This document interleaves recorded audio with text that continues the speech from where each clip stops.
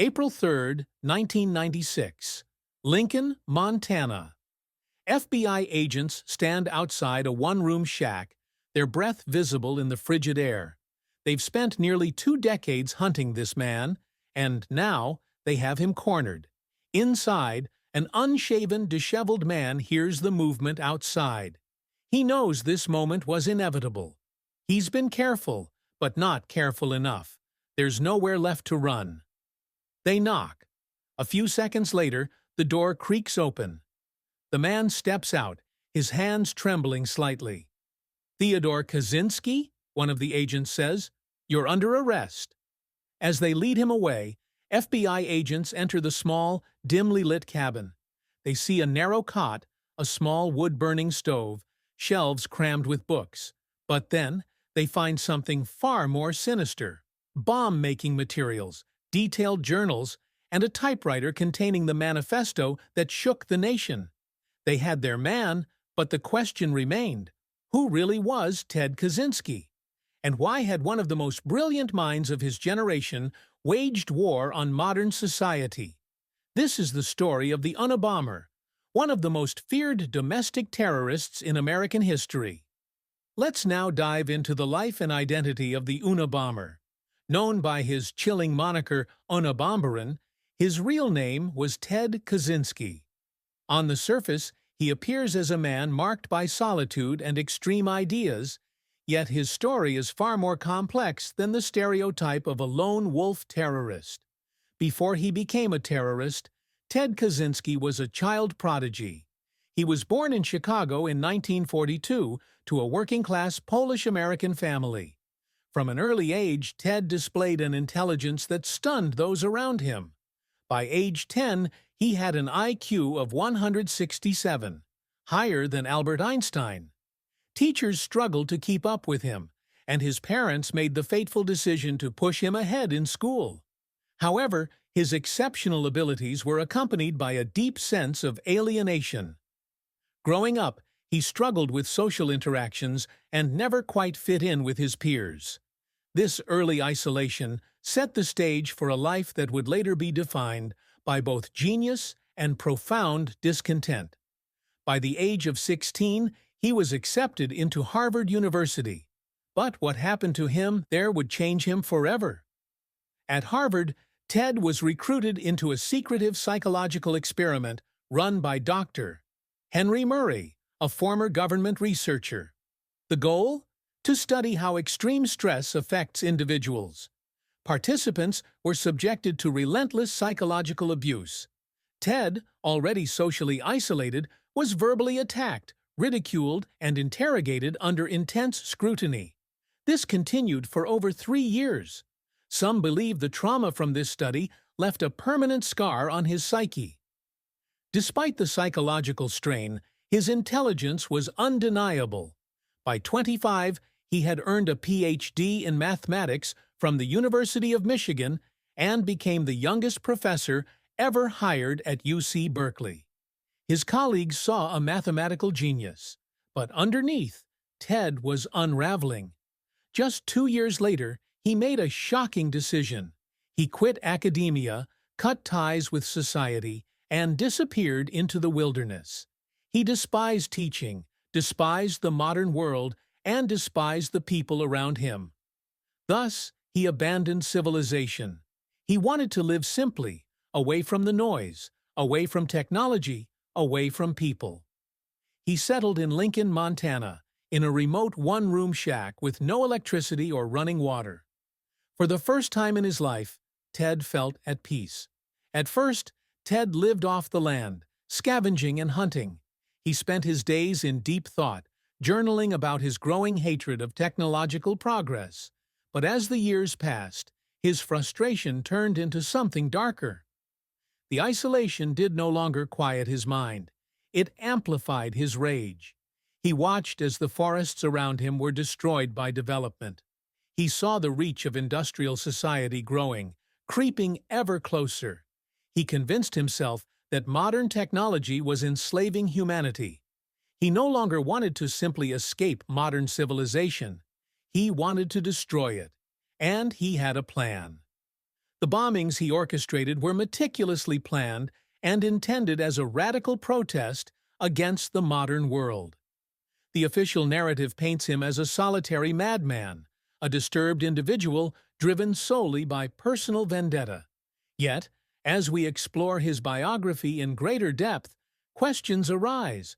Were his actions entirely the result of inner demons, or did broader societal forces contribute to his radicalization? To fully understand the Unabomber case, it is essential to place it within the broader historical and social context of the late 20th century. The period from the late 1970s to the mid-1990s was marked by rapid technological advancement, sweeping industrial growth, and profound shifts in global politics. This era saw the dawn of the digital age. Personal computers began to enter homes and offices, fundamentally altering communication, work, and everyday life. These innovations promised progress and connectivity, but also generated a sense of uncertainty and alienation. Many people felt overwhelmed by the pace of change, and for some, the allure of traditional ways of living clashed with the relentless march of modernity. It is against this backdrop that Ted Kaczynski's radical critique of technology emerged. His violent campaign was, in many ways, a reaction to the perceived loss of individuality and the dehumanizing effects of an increasingly automated world. As society hurtled toward a future defined by technological dependency, Kaczynski viewed this progress as a threat, a force that diminished human freedom and reduced complex relationships to sterile interactions. Understanding the Unabomber's motivations requires a deep dive into the psychological and ideological forces that drove him. Ted Kaczynski was not merely a violent criminal. He was a man whose inner world was riddled with contradictions, brilliance, and deep-seated resentment toward modern society. In 1978, Ted Kaczynski mailed his first bomb. It arrived at Northwestern University, disguised in a wooden box. When a university professor opened it, the device exploded. The victim survived, but the message was clear. This was only the beginning. Over the next 17 years, Ted Kaczynski would send 16 bombs across the United States. His targets? Professors, airline executives, and technology pioneers. Anyone he saw as advancing the industrial world. His bombs were intricate, handcrafted, and deadly. The FBI had never seen anything like it. His attacks were random, his identity unknown. He became a ghost, a figure of fear. And so, the manhunt began. Psychologically, Kaczynski exhibited signs of intense isolation and alienation. His early experiences of social exclusion left scars that would later evolve into a profound mistrust of the societal systems around him. This isolation, coupled with his extraordinary intelligence, set him apart from his peers and left him vulnerable to developing radical ideologies. He came to see the technological advancements and industrial growth of his time not as progress, but as harbingers of a dehumanized future. In 1995, the Unabomber did something unprecedented. He sent a 35,000-word manifesto to major newspapers, including the New York Times and the Washington Post. He called it Industrial Society and Its Future. He promised to stop the bombings if they published it. In his manifesto, Kaczynski outlines a vision of a world free from the oppressive grip of modern technology, a world where individual freedom and human connection are restored. However, the methods he chose to pursue this vision were extreme and violent. His calculated bombings were not random acts of terror. They were deliberate attempts to shock society into recognizing what he perceived as a dire threat. The world read Ted's words for the first time. Some dismissed him as a madman. Others saw something unsettlingly familiar, a world drowning in mass surveillance, automation, and corporate control. Was he insane? Or was he ahead of his time? The FBI's hunt for the Unabomber stretched on for nearly 2 decades, with each year bringing new frustrations, dead ends, and false leads. The Unabomber's bombing spree began in 1978, and his bombs were as cunning as they were deadly, often disguised as harmless packages, leaving behind almost no trace of evidence. His targets seemed random at first: university professors, airline executives, and others associated with technology and modern institutions. The only real pattern was the brutality and precision of the attacks. But despite the growing body count, the FBI had nothing solid to go on. The investigation dragged on year after year as the bomber slipped further into the shadows. At first, the FBI thought the Unabomber might be a disgruntled academic or someone with ties to the institutions he was targeting. The bombings seemed personal, motivated by an intense hatred for the world of academia and the expanding reach of technology. The agency spent years chasing this theory, investigating a number of different suspects who appeared to fit the profile. But each lead came up empty, and the task force faced mounting pressure to make an arrest. Still, the Unabomber remained a ghost. Then, in 1987, something remarkable happened. The bomber sent a package to a Yale professor named David Kaczynski. This bomb, though still a deadly device, was different. It left behind a crucial clue. Forensic experts found that the bomb had been made from a particular kind of wood. It was a small detail, but one that could prove useful. Yet, despite this evidence, the investigation once again stalled. The Unabomber was too careful, and every clue seemed to lead to another dead end. The next years felt like a frustrating cycle of false hopes and disappointment. The FBI chased countless leads, following up on hundreds of suspects, but nothing led them closer to their quarry. The bomber was a master of evasion. He left behind no fingerprints, no real physical evidence. His bombs were meticulously crafted, and his targets were always random, further complicating the search. There was no obvious pattern that could guide the investigators. The case was growing cold, but in 1995, after nearly 17 years of bombings, the Unabomber made a bold and unexpected move. He sent his manifesto to the New York Times and the Washington Post. The manifesto sent shockwaves through the country. The FBI pored over every word, looking for clues, trying to understand the mindset of the bomber. It was the first time they had a glimpse into his thinking, but it didn't bring them any closer to an identity. The manifesto was disturbingly intelligent, written in a tone that suggested a well-educated individual, perhaps a former academic, or someone with a deep understanding of technology. But it wasn't enough to identify him. Then came the most unexpected twist of all. David Kaczynski, Ted's brother, was one of the many people who read the manifesto. And when he did, something clicked. The phrasing, the tone, the ideas.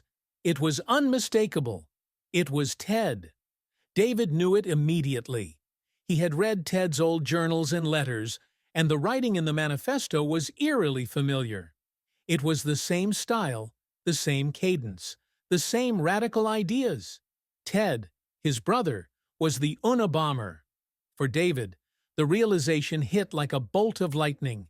He had been distant from Ted for years, and they had lost contact after Ted retreated to a remote cabin in Montana. But now, staring at the manifesto, David was sure.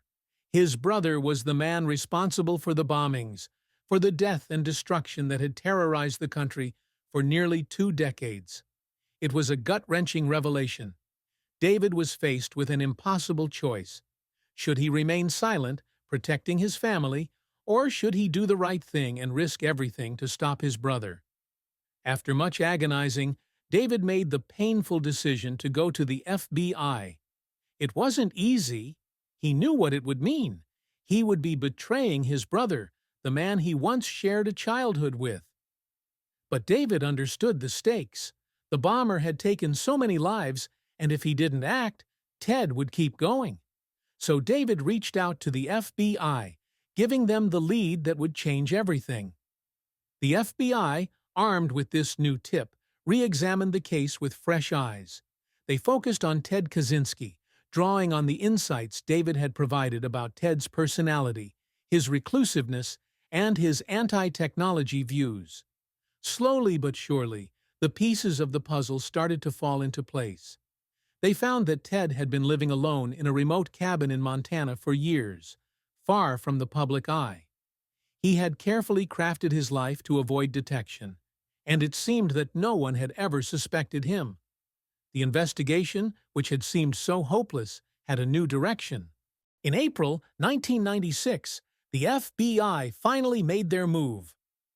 Armed with a search warrant, they descended on Ted Kaczynski's cabin in the Montana wilderness. Inside, they found bomb-making materials, journals, and a treasure trove of evidence linking him to the Unabomber's reign of terror. Ted Kaczynski was arrested without incident, and the long manhunt was over. But for David Kaczynski, the journey was far from over. Turning in his own brother had been one of the most difficult things he had ever done. He later spoke about the emotional toll it took on him, his sense of guilt, and the heavy burden of his decision. Yet, in the end, David knew it had been the right thing to do. He had saved countless lives by bringing the Unabomber to justice. The FBI's investigation into the Unabomber had been long, frustrating, and fraught with missteps. They had focused too narrowly on the wrong suspects, chased dead ends, and failed to connect the dots until it was almost too late. But in the end, it was not just the work of agents and forensic experts that cracked the case. It was the courage of one man, the brother of the Unabomber, who recognized his siblings' writing and made the painful choice to act. David Kaczynski's decision would bring an end to one of the most elusive and terrifying criminal investigations in history.